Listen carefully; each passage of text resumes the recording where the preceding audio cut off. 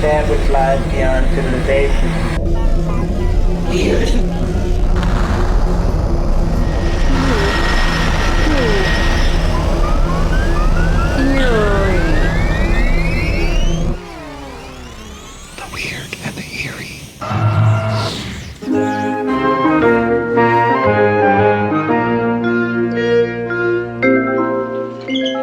How do you do?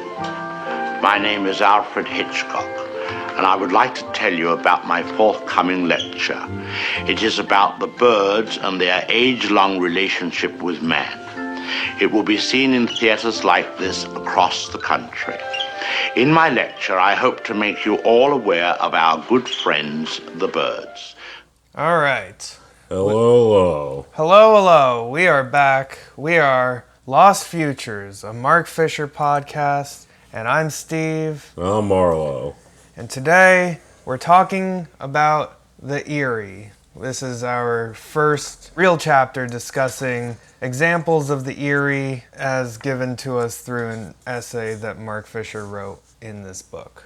Something where there should be nothing, nothing where there should be something. Daphne Du Maurier and Christopher Priest. If you'll remember from our last episode, he essentially divided the Eerie into two subgroups or submodes, I suppose. Two modes. Anyway, so in this, he's vaguely using Daphne Du Maurier, two of her stories, as an example of the, let's see if I can get this right the first time, problem of absence. Failure of absence. And Christopher Priest, two of his novels as examples of failure of presence. We will start with Daphne Du Maurier.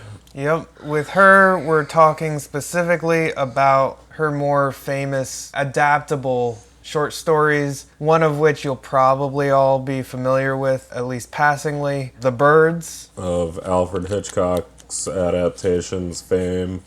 And also Don't Look Now, which was adapted also in 1973 by Nick Roeggs. A apparently seemingly new Hollywood director I'm not terribly familiar with. Someone there? Who is it?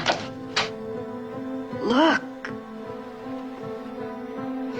Mitch, this isn't usual, is it? We've been out back looking at the chickens. Something seems to be wrong with them. There's nothing wrong with those chickens, Mitch. That's the damnedest thing I ever saw. I don't know, it seemed to swoop down at you deliberately. Birds are not aggressive creatures, miss. They bring beauty into the world. It is mankind, rather, who insists upon making it difficult for life to exist upon this planet. I mean, birds just don't go around attacking people without no reason. You know what I mean? I think we're in real trouble. Huh? I don't know how this started or why, but I know it's here and we'd be crazy to ignore it. To ignore what? The bird war? Yes, the bird war, the bird attack play. Call it what you like. They're massing out there someplace and they'll be back. You can count on it. Yeah, if they had a trailer like that back then, people would, literally call their congressmen to convene trials for this witchcraft of tension and suspense building. Yeah, to be clear, Mark Fisher is mostly not talking about the adaptation. He is talking about the short story from 1952, which I have in this collection of her short stories, The Birds, which is very much different than the Alfred Hitchcock. Yeah, I mean, they do change the setting and the characters and, pretty much everything.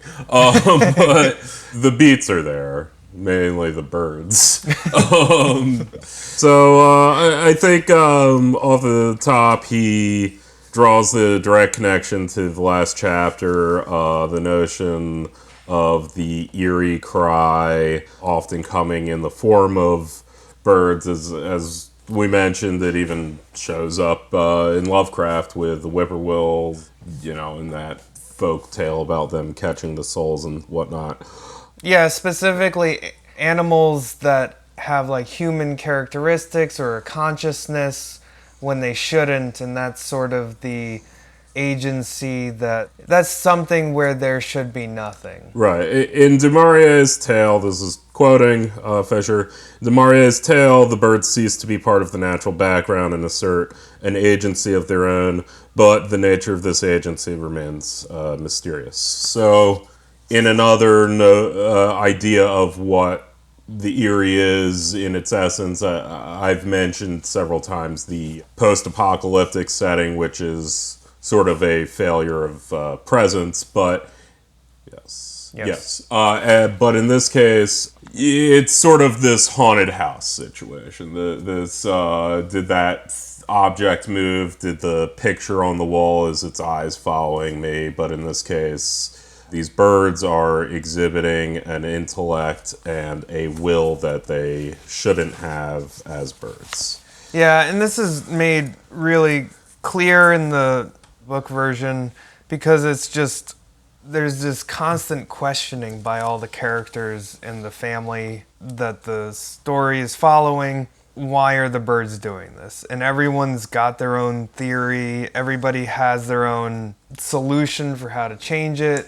I think the biggest one that comes up is that the wind changed and that's causing the birds. Which does seem a very provincial Cornish explanation of a people that live on a windswept fishing-based economy that regularly, loses people to storms and stuff. You often see them attributing a lot of things to the wind. You often have folk superstitions about, if the birds fly in the morning, that means one thing. If the wind goes this way, that means another thing. So, yeah, but that is a repeated explanation given in the book. Yeah, there are birds in there, he said.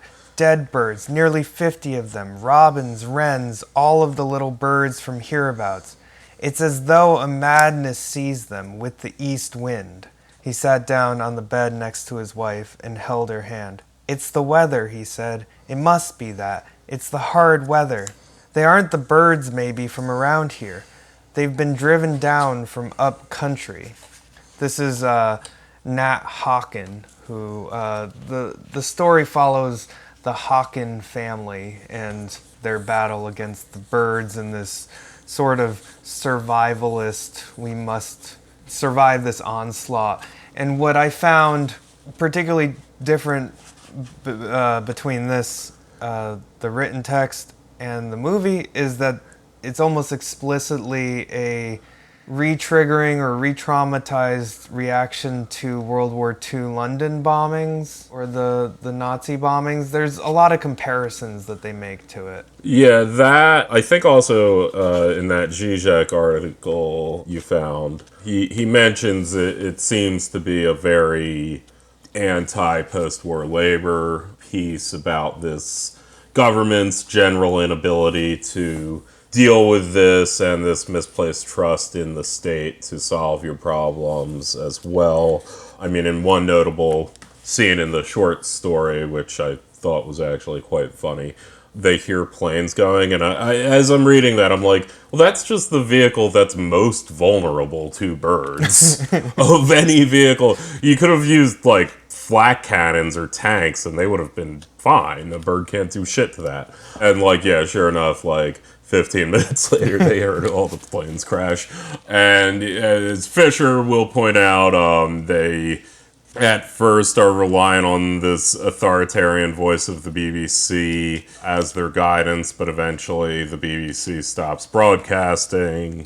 Fisher points out he feels the short story lends itself quite well to Night of the Living Dead. I always thought that about the movie, like, well before I ever read Fisher and just saw the movie. When I initially saw it, my first thought was, oh, this seems like a proto version of George Romero. But yeah, in both cases, I mean, down to, nailing planks on your window, they have that in both instances. I will say the short story, the protagonist is far more competent than the people in the movie were. Yeah. The people in the movie kept going, there's birds outside. Let's all go outside so we can have footage of us getting attacked by birds. Yeah. Yeah. To go on what you're talking about, Night of the Living Dead and zombie movies kind of being read as almost anti-capitalist parables, there's a certain zombiness to these birds that also speaks to class consciousness around the birds, and Fisher makes that point. The collaboration amongst different bird species is one of the first signs that something unprecedentedly strange is happening. The birds were circulating still among the fields, mostly herring gulls, but the black-backed gull amongst them, usually kept apart, now they were united. Some bond had brought them together. And as he goes on to say, another of the offered explanations was that the Soviets are somehow responsible, someone sort of offhandedly says, and Fisher points out, this turn to the ready-made explanations of Cold War paranoia make a certain sense when we remember the birds have set aside their differences in order to develop a certain kind of species conscious, analogous to class consciousness. And I think that runs into, and to be clear, Fisher doesn't mention this Zizek article, but I think that does run into the Zizek article as well. There does seem to be this offered reactionary interpretation one could draw from this. Not saying the story is fascist or anything like that, but it does feel like there is this interesting thematic idea where you have a lot of this fear of this foreign, the birds aren't from around here, they're from elsewhere, and they're banding together, and they want to overthrow us, and our nanny state can't help us, and you have a lot of these streams that seem present. We're our libertarian survivor. Yeah, I mean, also going along with that, in the Du Maurier short story, is this almost contempt for, like, literally, this one dude was the only person who figured out, oh, I need to, fucking nail planks to my windows right now, and everyone else is, like, I mean, it almost reminds you of, like, Noah's Ark. Like, everyone else is like, what the fuck are you doing, dude? Like, they're birds. It's well established that at least everyone within walking distance of his family's house seems to be dead by, a few hours later. Yeah, it's very stark by the end. Yeah, like, it has this almost, like, contempt for society and other people. He, like, at one point slightly regrets that he didn't get his kids' schoolmates to his house. But, like, otherwise, there's very little thought for his neighbors all dying. And it's, like, almost like, well, yeah, they deserved it because they were stupid and they were contemptuous of his efforts. Yeah, to go along with this reactionary kind of lens, there is this scene toward the end where his wife goes, "Won't America do something? They've always been our allies, haven't they? Surely America will do something." Yeah.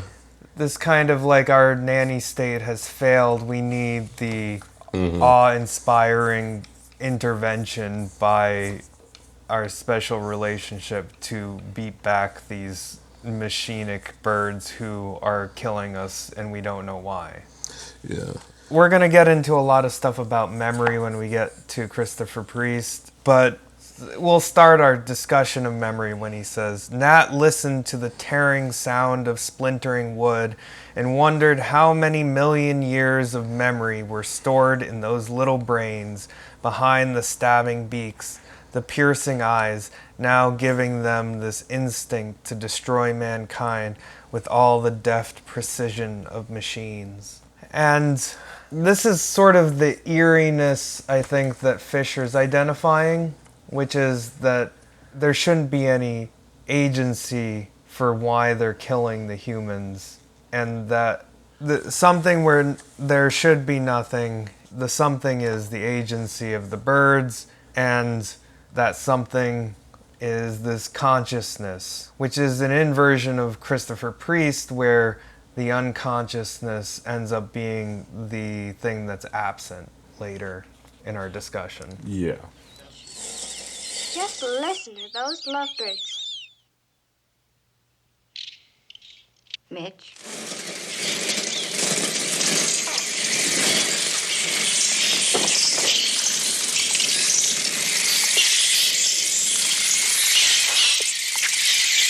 Show me your faces! Show me your eyes!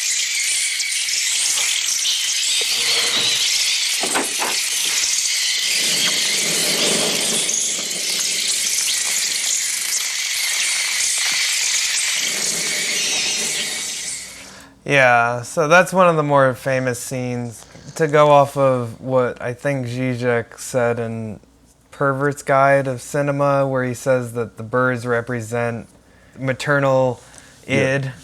I mean, certainly in the Hitchcock version, and solely the Hitchcock version, Alfred Hitchcock often likes the notion that mothers don't like their sons meeting a nice gal. A crazy gal. I mean, I think they were good for each other. Okay, let's talk about the adaptation. Fisher makes passing reference to it and how Daphne Du Maurier did not like the rendition. She liked Rebecca, and she liked Don't Look Now, the one we'll talk about later in this episode. But this one, she said, there is not enough Donald Sutherland's ass in this. I need way more Donald Sutherland's ass for me to enjoy the movie. No. So yeah, she didn't like this one. I didn't read an interview where she gave specific reasons. It almost seems like... Did she, purportedly not like this one, or...? There was a Guardian article about it that I found. Okay. Where she just couldn't understand why he made the changes that he did. Oh, because it's a cooler setting. Because he adapted your last movie and kept it in Cornwall, and that fucking sucked. To be clear, I'm talking about Jamaica Inn, which is a movie that Hitchcock made early in his career. But he also made Rebecca, which rocked. Yeah, wasn't in Cornwall, though. Oh, right. Yeah, different part of England. I mean, okay, so Hitchcock famously does have a British phase and American phase, and most of his movies after he moved to America do in fact take place in America. And he also got some beautiful shots of the California Coastal Highway, so... that's cool too. But yeah, I mean, the individual family setting versus the young couple meet, almost a romantic comedy. Which, I mean, Hitchcock gets into the notion of reading the narrative and taking away the birds from it and just having what would the story be otherwise, which is often a useful way. And in the case of the Hitchcock adaptation, it would be essentially a screwball rom-com from the 60s. It would basically be Breakfast at Tiffany's, less racist, more crazy.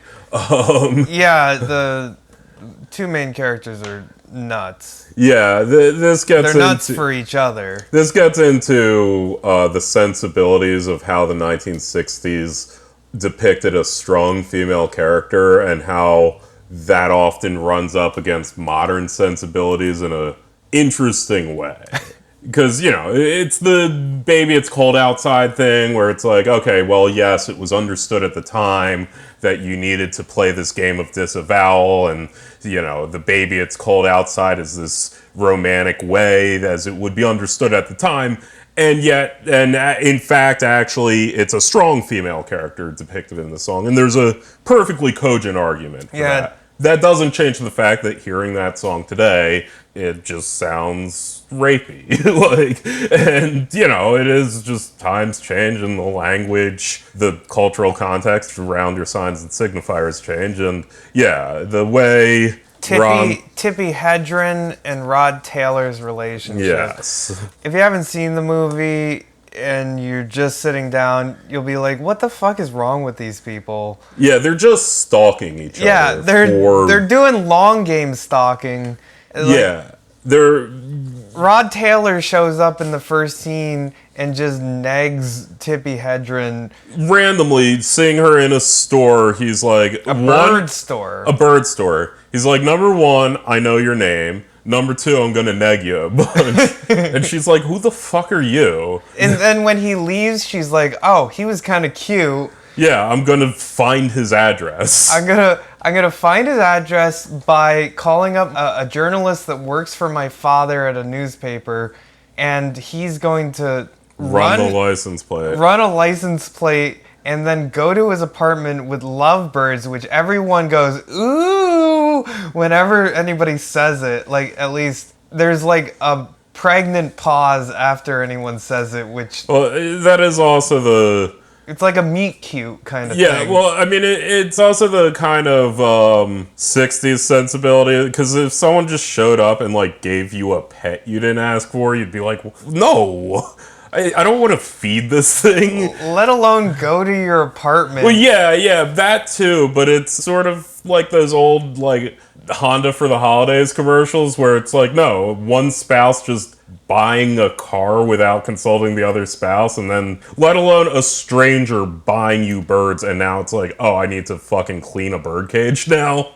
Yeah, and that's pretty much the first act, and then she stalks him 2 hours north in the country and rows a boat, sees him leaving his house, his mother's house.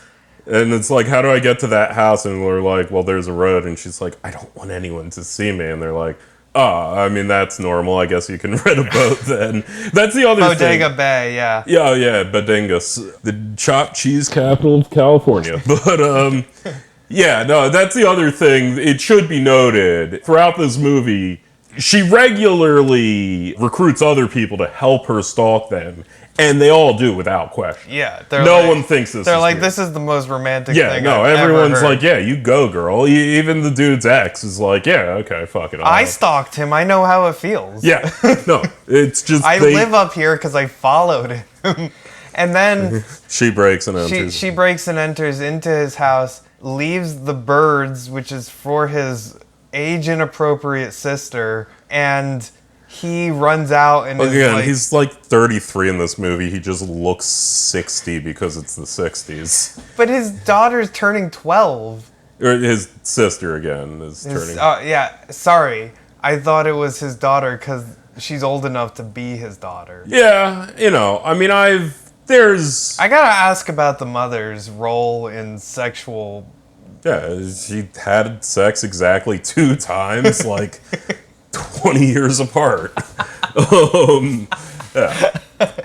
And now her husband's dead. But after they kind of link up, it follows the beats of the book, more or less. I mean, again, back to the book, you know, keeping, again, this maritime theme, you know, they relate the birds to the east wind, which is traditional fisherman and sailor superstition, but also the birds attack and rest with the tides going in and out, and that gets established to be seemingly objectively true. In the short story, it does appear that it just lines up to when the tides are going in and coming out, that the birds will attack. In the film, they attack and then rest, and it's not ever nailed to any particular cycle in nature. But, I mean, the birds attack this one particular town and seemingly expanded areas. You don't see the complete breakdown of society in much the same way, which I guess would be a point against the zombie idea.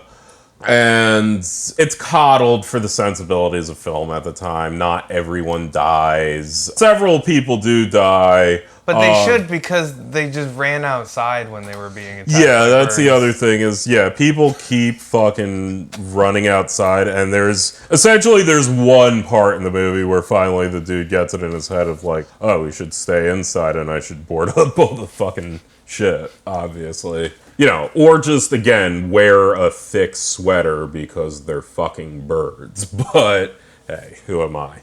Yeah, and as Fisher notes, I think in the book and in the film adaptation, there's no explanation given, and that's sort of the eeriness that follows both. By the end, the BBC is no longer broadcasting at all, and its silence means that we are definitively in the space of the eerie.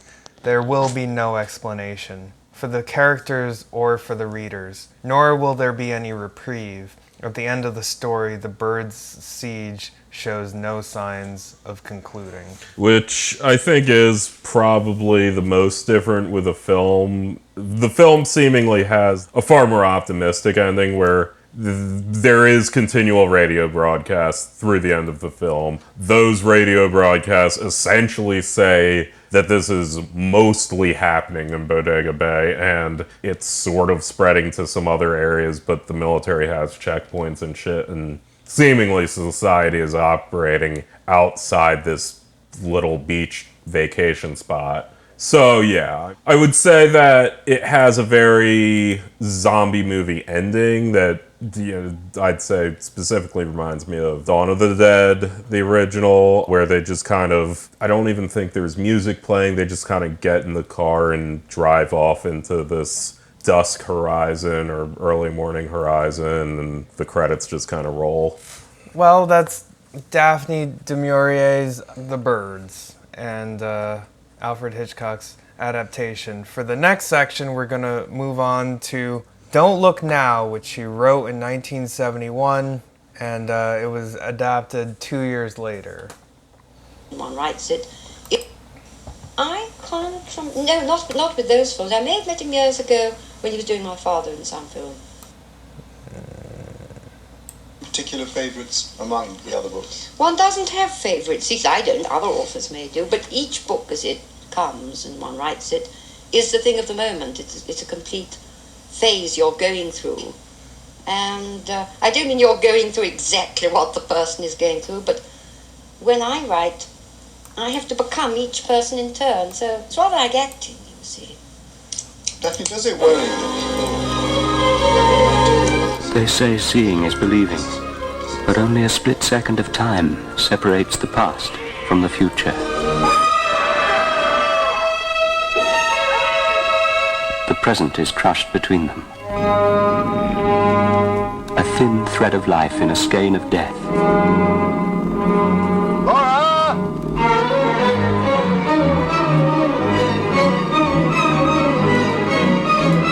Laura!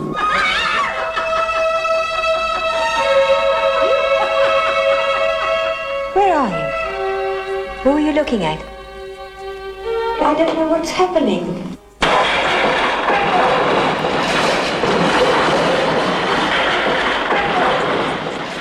All right, we are talking about Don't Look Now, which I read some of the short story, a good portion of it, and we both watched the movie Don't Look Now from 1973. Why is Fisher interested in this, other than it's a Daphne Du Maurier story and adaptation? I think what's interesting here, and I believe we even mentioned it during the Anubis Gates episode, but in many ways there is this sort of connection between time travel and the, Oedipal self-fulfilling prophecy story, which this is, basically. It's a story about someone learning a prophecy and then fulfilling the prophecy because they had learned it. But there's this kind of cyclical connection, but in this case, Fisher specifically argues that it is more in the register of eerie than weird because the focus is put on the question of choice, the question of agency, and the question of if there is fate, who controls the fate, and how does fate want something. Yeah. And we discussed fate in an earlier episode with, as you said, Anubis Gate. And here, I think what is putting it in the eerie register is a misrecognition and disavowal of the power of foresight, which I think adds this failure of absence, right? Well, okay, to use Fisher, in some ways the structure that emerges here is similar to the time loop we discussed earlier, but the loop here is less tight, and the register is eerie rather than weird because the emphasis is on an obscured agent, fate itself. The obscurity is the misrecognition specifically.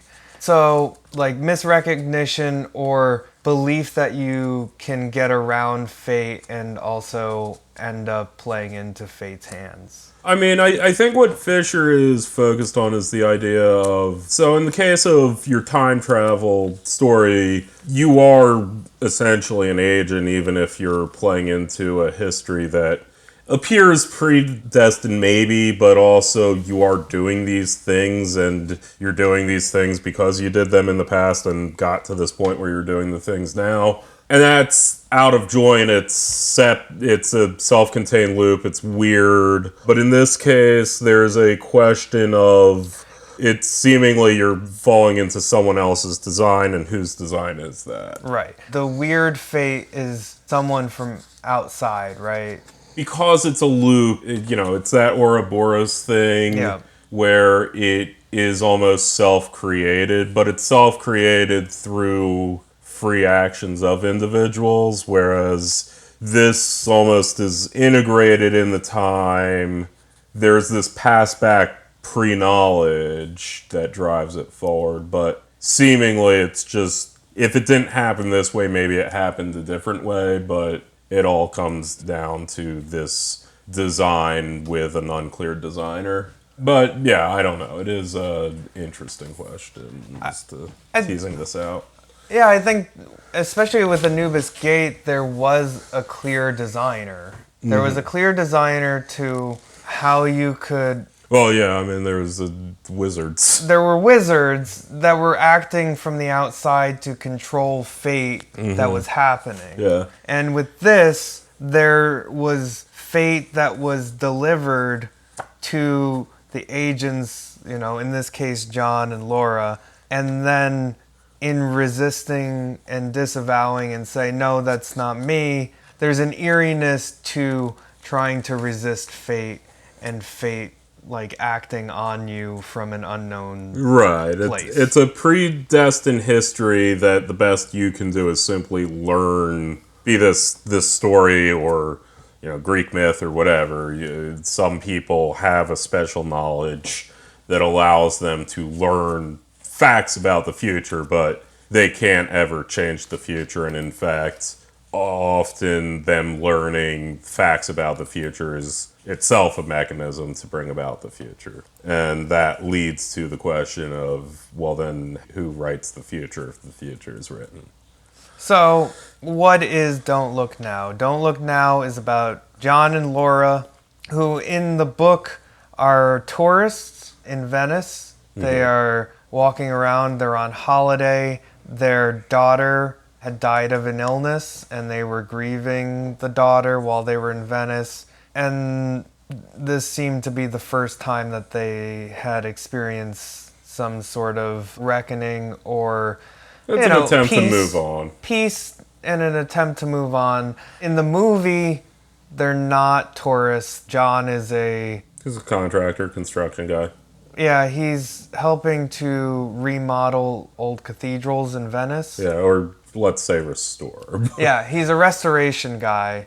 And the opening scene has him looking at a cathedral restoration plan through a magnifying glass. He sees, there's a water glass that tips over and there's red that goes onto the photograph of the cathedral. In seeing this, he has an intuition that his daughter is going to die, and he runs out after her and finds her drowning in the pool outside the house. I believe it was a lake. A lake. Yeah. So John and Laura end up, after their daughter dies in different ways, in Venice.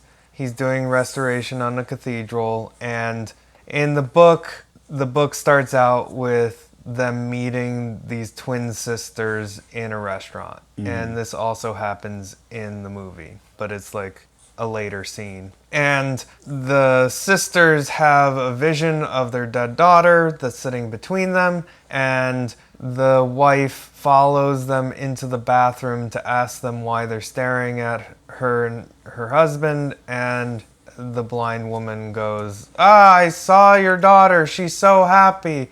She's so happy sitting between you two. The wife thinks she's talking about the present while they're sitting at the table, and she is shook up, goes back to her husband, passes out, and it cuts to them in the hospital, and she's very happy about this development and feeling a sense of peace of having heard about this vision of her daughter. Right. This is like a misrecognition because it's later divulged that the daughter's not there at the table. She's actually seeing a vision of them together at the funeral. And so fate then is playing the tricks. This is what Fisher's talking about, the misrecognition of fate. Mm-hmm.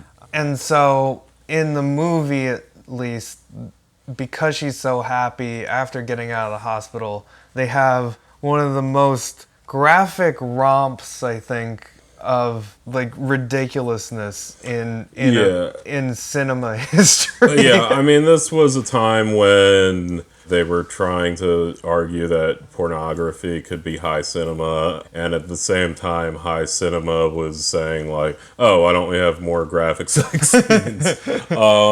Yeah, there is a very long sex scene between this man and his wife. Donald Sutherland. Yes. Whose bare ass is everywhere. It plays with this visual language of intersplicing time and montage because, during the sex scene, it also shows them getting dressed to go out to dinner later on. But yeah, I mean, so essentially, we have this couple, they're in Venice. Both stories partially mourning their dead daughter, but also kind of saying like, okay, this is kind of our reset button as a couple. I feel like it's implied it's the first time they've had sex since the death. Yeah, probably. There's certainly a notion of we're looking forward, we're trying to move forward from this tragedy that we both went through, and we're going to go to Venice as...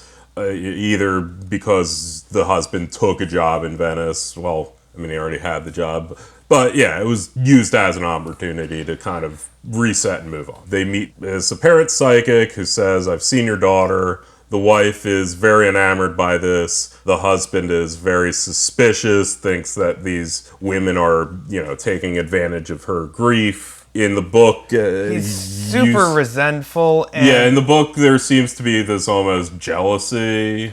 Not jealousy. They were kind of... like, the way that they were connecting after the death of their daughter was to mock these two women initially. And the first line is, don't look now, these two... what I think are women, and then he starts going on about how he thinks that they're in drag, and how he thinks they're hermaphrodites, and it's a very, playful transphobia or gender. It makes him seem like a scumbag again with our modern sensibilities, but at the time it seemed like this was also their way of getting through their grief. Yeah, well, I mean, you're people watching, you're making fun of someone together. I mean, I'm not going to. It seemed mean-spirited. Sure, but I mean, their daughter died. You can be a little mean to strangers. But this continues as he's resistant to... Right. And then he gets more and more resentful of them in the book and in the... Yeah, and I mean, I think there's a reasonable idea that he feels that they're being predatory because he doesn't believe they can actually have psychic powers and somehow see their dead daughter,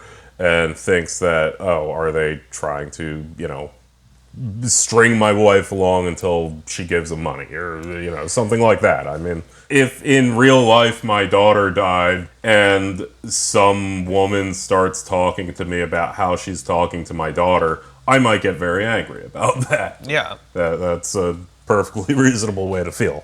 And then their son has a fall. They left their son back home, which I don't want to be like, what are you doing? He was at boarding school. Right. He was in an institution. It's British. That's how and they then do it. he fell, and the wife flew back home, and the sisters tell the wife that John is in danger if he stays in Venice. Mm-hmm.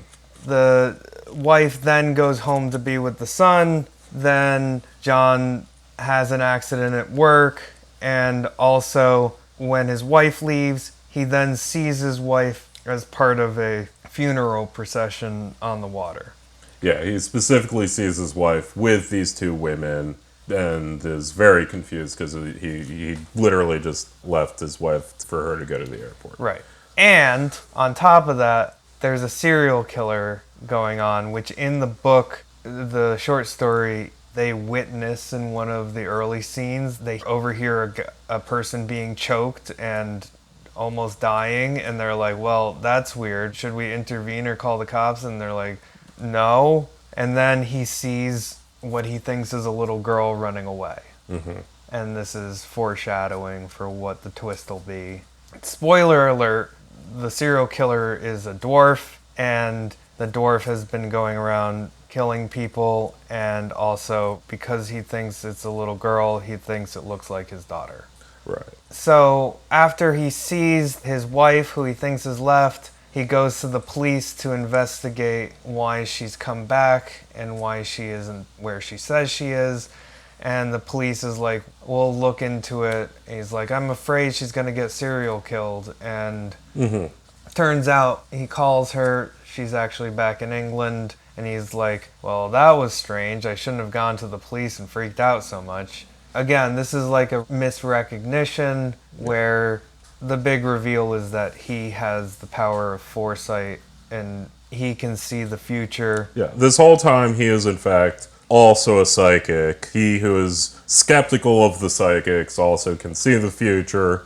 Yeah, goes to the police, says, yeah, I saw my wife with these strange women who have been harassing us over, apparently seeing my daughter or something, blah, blah, blah. The police go out and arrest the women. He then talks to his wife, who is calling from England. He then has to embarrassingly go to the police, say, I was wrong, and apologize to the women, who are exceedingly willing to forgive him.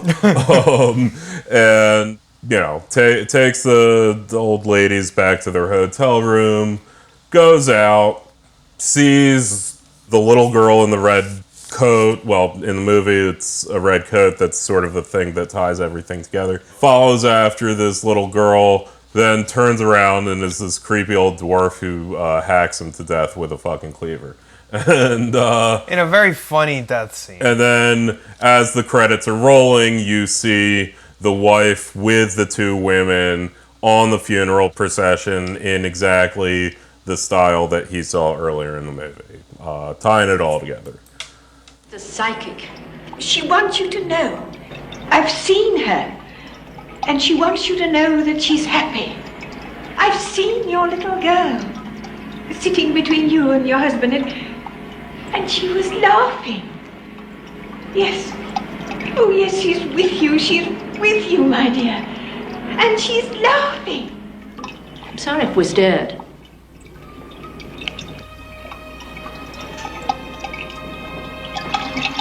She's wearing a shiny little Mac. Christy. Oh, but she's laughing. She's laughing. She's happy as can be. All right, so why is Fisher talking about this? In what we discussed before, I mean, he draws a comparison with the idea of fate as it appears in The Shining, but this idea of the eeriness is arising right from the obscured agency of fate itself, and these questions of, I mean, essentially, do we have free will? And if we don't have free will, then whose will are we following? Yeah. I mean, the movie almost makes a bit more explicit in kind of a similar pattern of slightly censoring her work. The movie seems to make more of a suggestion that it's actually understood in this divine language. The one psychic says, the second sight is a gift from God, and something like that. But yeah, I mean, it's this question of whose will are we following if it's not our own. Yeah, and to that point, Fisher talks about two things, color and architecture. Color in the sense that the red is this repeating motif that signals the psychic power, which is, as you said, similar to the motif used in Sixth Sense. Sixth Sense, yeah. If you don't know, in Sixth Sense, there is apparently, according to Shyamalan, an intentional Easter egg where he will insert a red object or red set piece in any scene with a ghost, just as kind of his little thing. And the architecture of Venice for Fisher also plays a pretty major part in the eeriness to the story, because it is like a maze. And I've been to Venice one time, and like this movie, it reminded me of how sad Venice felt. There was a deep kind of weighted sadness to the place. As he says here, the Rogue's rendering of Venice is intensely eerie, and much of this has to do with the use of sound. Rogues took advantage of the way in which Venice acts as a sound maze, its architecture generating schizophonic effects by separating sounds from their sources, producing a duplicitous sonic space. So yeah, I guess less architecture and more sonic architecture. Yeah, just the way things echo and it, becomes a disembodied voice. Yeah, I think the visual and also sound language of the film is pretty stark. Like we said, there's this continual reappearance of the color red, most prominently the raincoat the little girl is wearing, which also matches the raincoat the dwarf is wearing. There's also the night John dies, the priest has a red candle burning by his bedside. There's a million of these, just little boom, boom, boom throughout. Also, water is a thing. Apparently, they changed the Christine, the girl's death, from a sickness to drowning to kind of drive home this water motif as a visual signal for the film. And it's a gripping opening scene. Right, and I mean, it obviously ties into Venice as one of the most famous things about the city. And yeah, the way the shots are constructed, the way it's edited together, gives this very flowing through time in not necessarily a chronological order. You see sort of not just premonitions, but also just inactions. You see sort of the result of the action get played, and then it goes back to the action. I mean, like I mentioned earlier, the sex scene, you have them putting their clothes on to go out for dinner after having sex, and then it flashes back to Donald Sutherland's ass. To this fucking Bob Ross Joy of Painting flute music. Also, we got to mention his mustache. Yeah, I mean, it looks like Don Sutherland in the 70s. He's at his full mustache and chest hair too. Oh yeah. I think with the architecture, there's a sense that they're always lost, and I think by the end of it, I was a little surprised when she was like, "We're going the wrong way. We need to go this way to find my husband," and then the ferryman just takes her completely different direction. And there's a sense that, and I can attest to this, it's really easy to lose yourself in Venice without a map, or as a tourist or as an outsider. Yeah, there's one scene more early on where they're just kind of walking around completely lost, and then they finally go through an alleyway, and the wife's like, "Oh, we're 2 blocks from the hotel," which is, I think, is a very common being a tourist in a city, especially a non-grid old city. But I think the use of Venice also mirrors the way that time and fate is interacting with the characters. There's a lostness to what's the present, what's the future, what's happened in the past. Yeah, well, time is flowing like so many canals that also little girls drown in. It's all a lot of themes. Anyway, this is Donald Sutherland's Music to Make Love to You.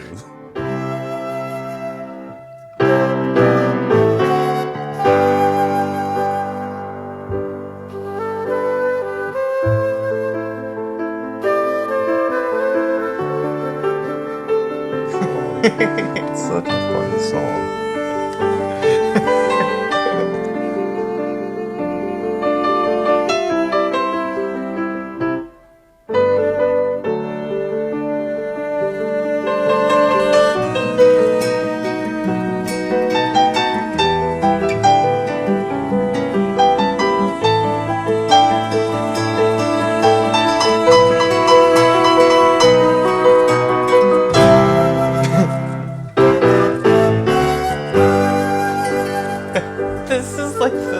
Sexy music.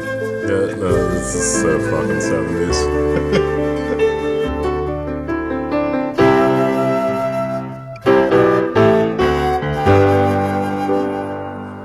To give you an idea, this whole song, they played the entire 4 minutes and 18 seconds, and they montaged the entirety of the 4 minutes and 18 seconds of this song. And no, I mean, it's very 70s, but it is also slightly excessive for the 70s. It was controversial. Yeah. Okay, so that was Daphne Du Maurier's 2 short stories and the film adaptations of them that are The Failure of Absence. And now we're going to move on to another British writer, Christopher Priest, Nothing Where There Should Be Something, or The Failure of Presence. Yeah.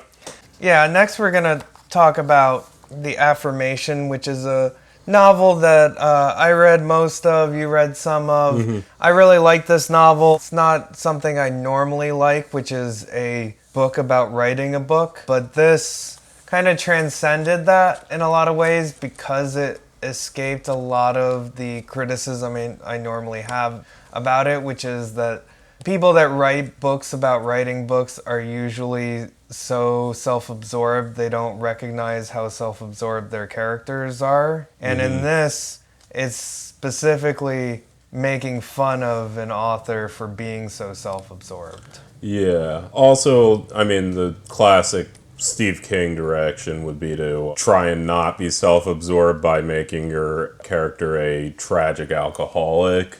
Whereas in this, he's a tragic alcoholic. He's a tragic figure, definitely, but he just kind of seemingly is going crazy.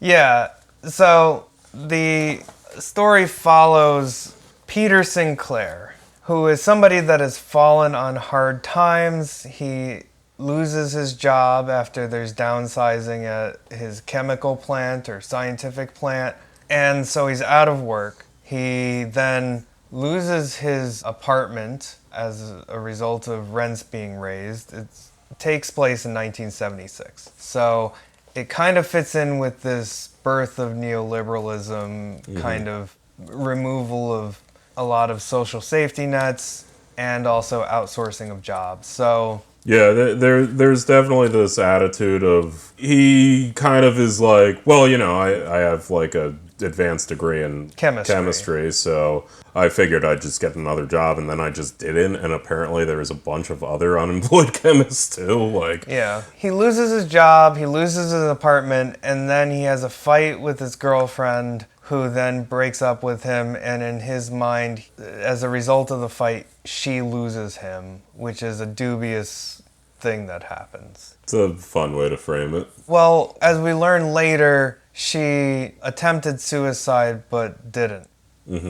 And he then abandoned her and fled the hospital and never talked to her again, which is what happens according to her sister. He doesn't remember it that way, and that's where we kind of get into the eeriness of his consciousness and what he remembers versus what other people say happens. Yeah, he's an exceedingly unreliable narrator, I think. Right. Following these 3 bad things happening to him, he meets up with his friend Edwin, who's like, my wife and I have a cottage near the Welsh border, and we need somebody to fix it up because it's kind of run down. Will you stay there and fix it up for an indefinite period of time? And that'll give you some time to get your life back together, and you'll have a roof over your head. And he's like, absolutely, I could get out of London, the whole time he's in London, and move into this countryside. He goes to the countryside and starts going a little stir crazy, and he starts forgetting parts of his life. So he needs to write a manuscript, which will be his autobiography. He starts and stops writing this autobiography, deciding halfway through that it's not getting to the heights of truth that... he finishes it initially, and he's disappointed with the work because it's literally just about his life, which he finds disappointing. He essentially is like, yeah, then I got to literally where I'm at now, and I was like, oh shit, that's it. Yeah.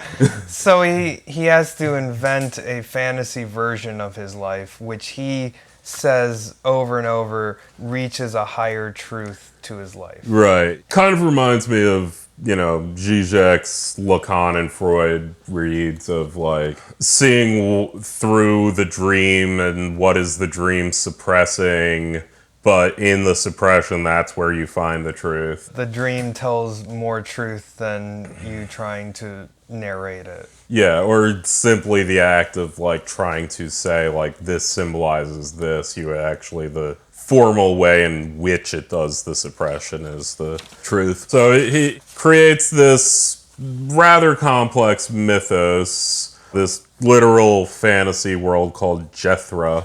Which, as he explains in the quote-unquote real world, Jethra is England. Like, they all have direct correlations to what the real is. Right, and it starts out that way, and things get more tenuous as it goes along.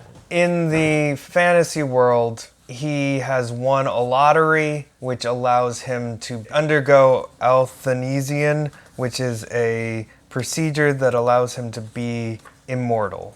And he's grappling with the morality of it. In this version of reality, he's also more confident than he is in the real world, which kind of speaks to the competence and confidence of interpreting realities of Du Maurier's The Birds, right? Like, in the book, he's more competent than he is in the adaptation. And in this, he's more competent in his fantasy world than he is in the real London world.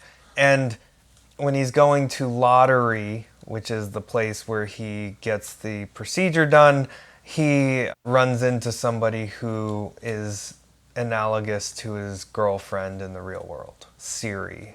And his girlfriend in the real world is Gracia. And so you have these doubled characters that show up. Then it cuts back to the real world where he meets his sister. His sister shows up and is like, "What are you doing? Why are you writing this manuscript? You have been hitting the bottle and the place looks worse than it ever has. You should come live with me." So he takes a break from writing the manuscript, which he claims is only 10 pages away from being completed, and he lives in this sort of like urban domestic life, and he hates it.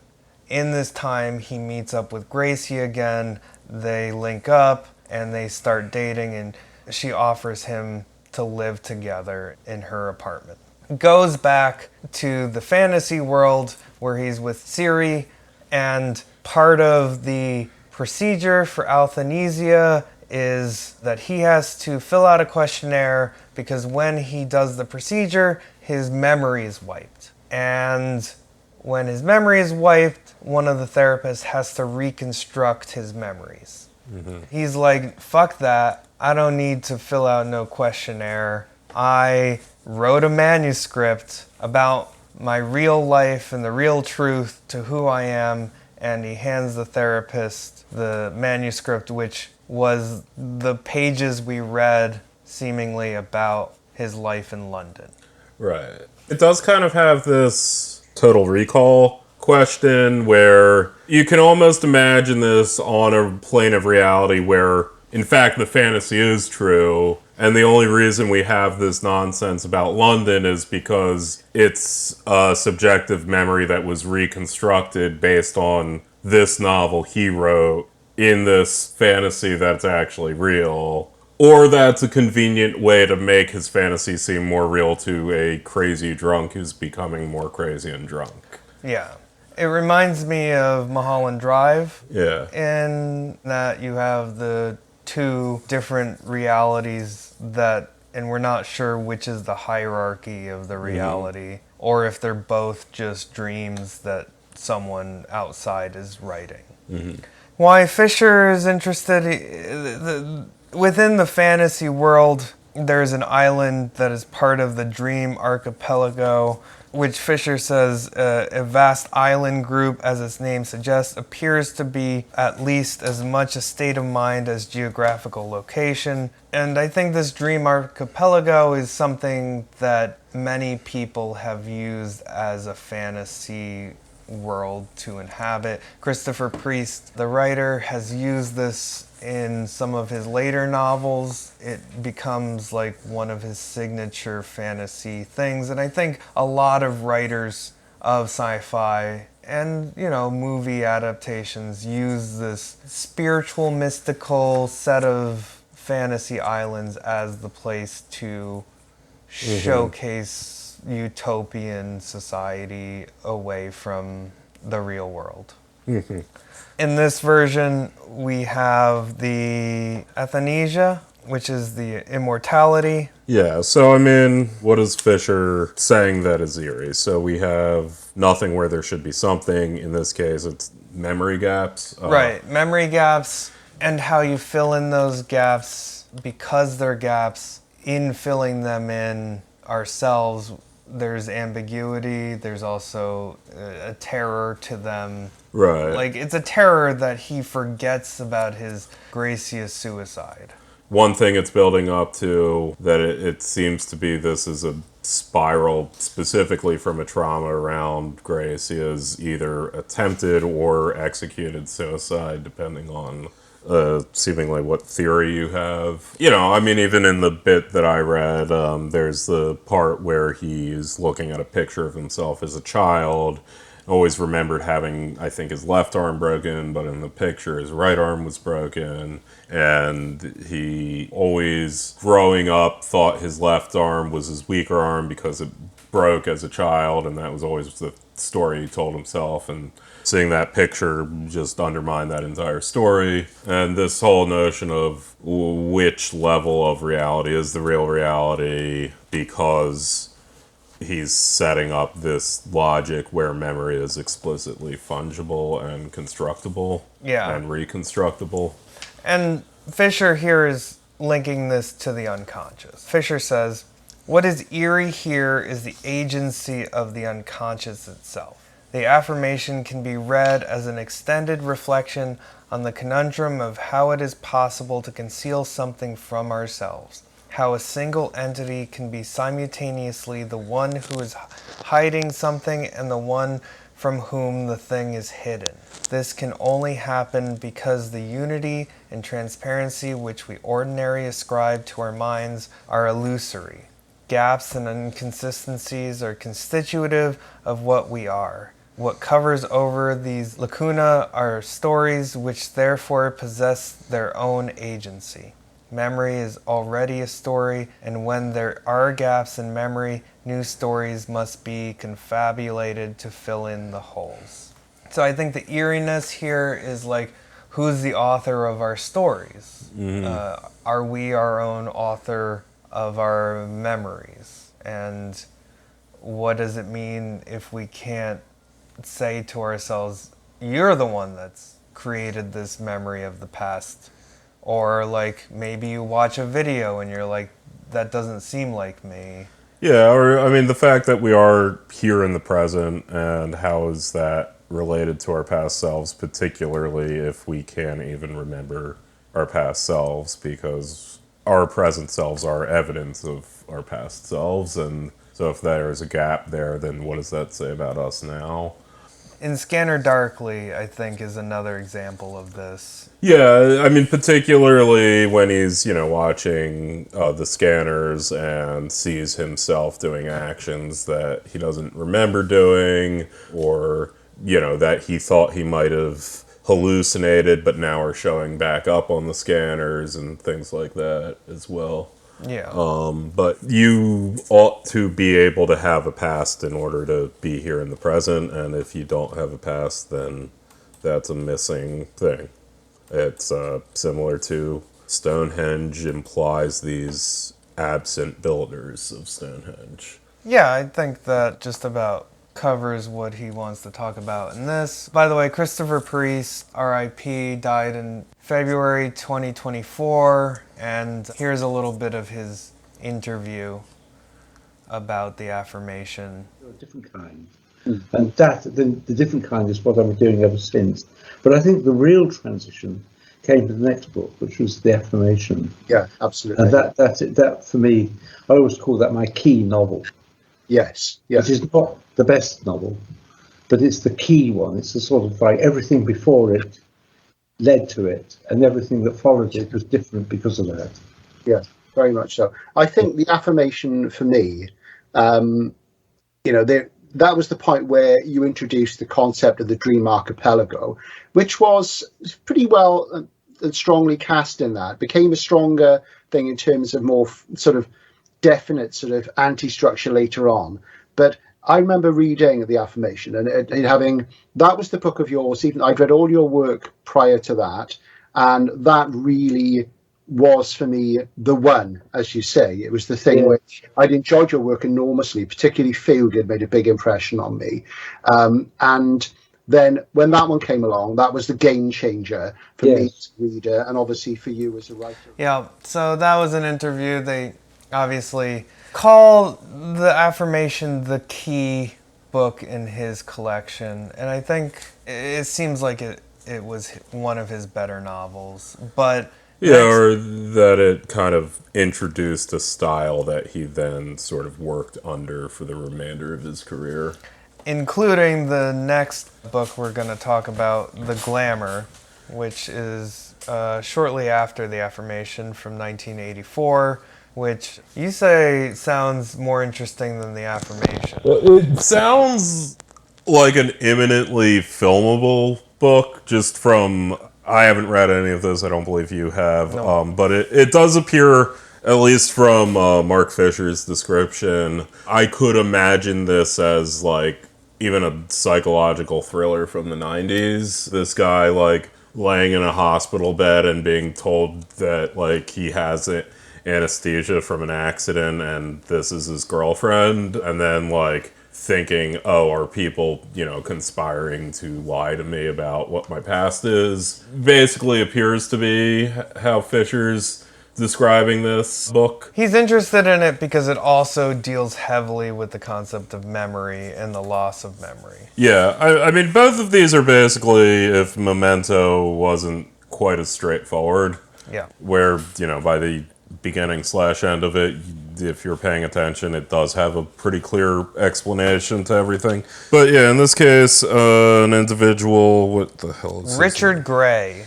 Awesome. So Dick Gray was the victim of a terrorist bombing, lost his memory, wakes up in a hospital, is told, this lady's your girlfriend. He goes through various efforts to get his memory back, including hypnosis, where he comes up with this idea of how he met his girlfriend was in Paris, and she was with this abusive lover named Niall, and eventually, they had this whatever romance where she left Neil for him. Then his girlfriend says, no, that's not what happened. It actually happened in London, but there's still this Niall character in the background, but, like, details are changed, and then by the end of the novel, you're introduced to Niall himself, who claims to have been the narrator for the entire novel you're reading.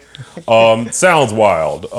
Sounds fucking awesome. And basically, he comes in and suggests that he's been actually manipulating this guy's memory the whole time to fuck with him for stealing his girl, I guess. I don't know. I don't quite know exactly why he's doing that, but yeah, that's basically an impression of the plot I got. Both of these remind me of an eerie register of David Lynch.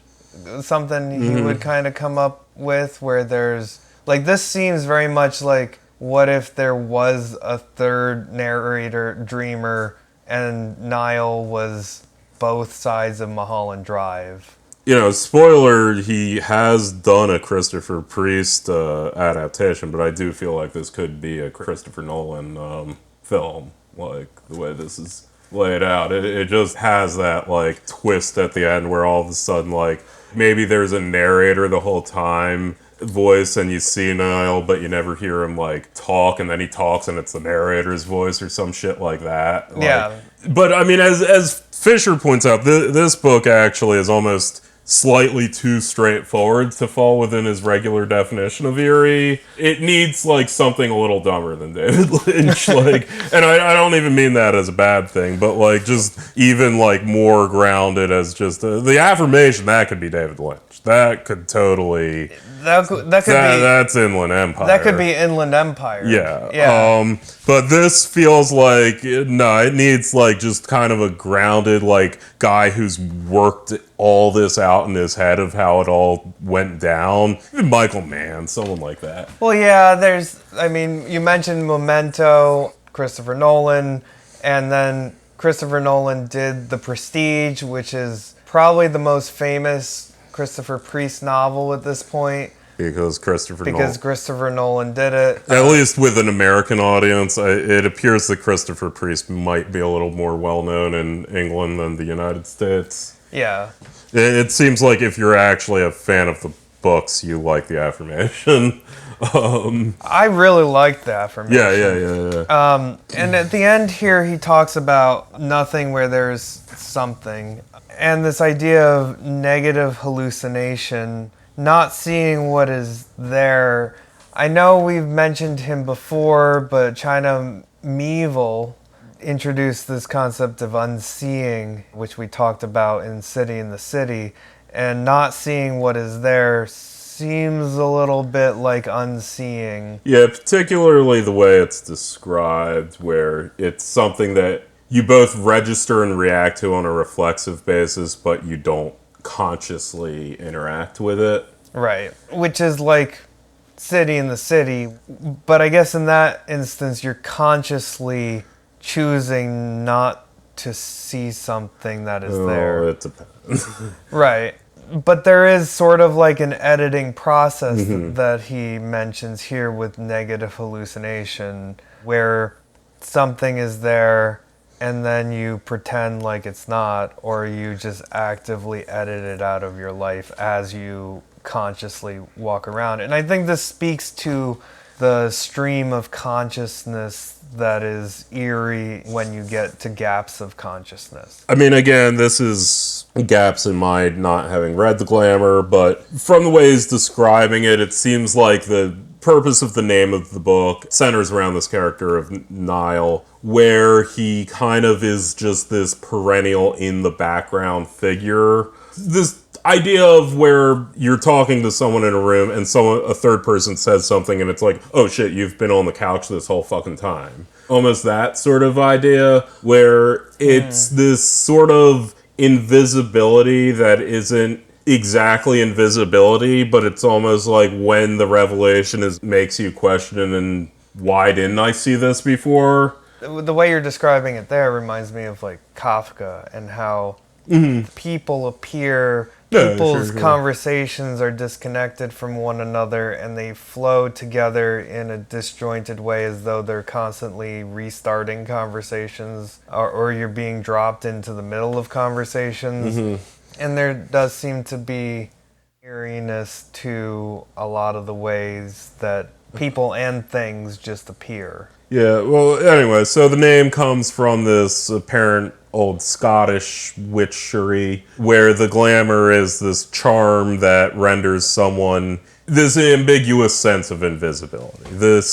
Is it really invisible, or are people just not noticing? It kind of reminds me of the old movie Mystery Men, where the one character had the power of invisibility so long as no one was looking at him, played by Kel Mitchell. But yeah, it has this idea of it's not an explicit superpower where light is passing through this thing that I'm seeing. It's just, it's there the whole time, but it's absent from your level of notice. And that seems to be an aspect of Niall's character throughout this story, where he's just this perennial in the background. Again, reminds me of City in the City, the breach police officers, and how they worked was they were never technically invisible. It was just everyone was trained to never acknowledge their presence. Check out our Patreon episode on City in the City.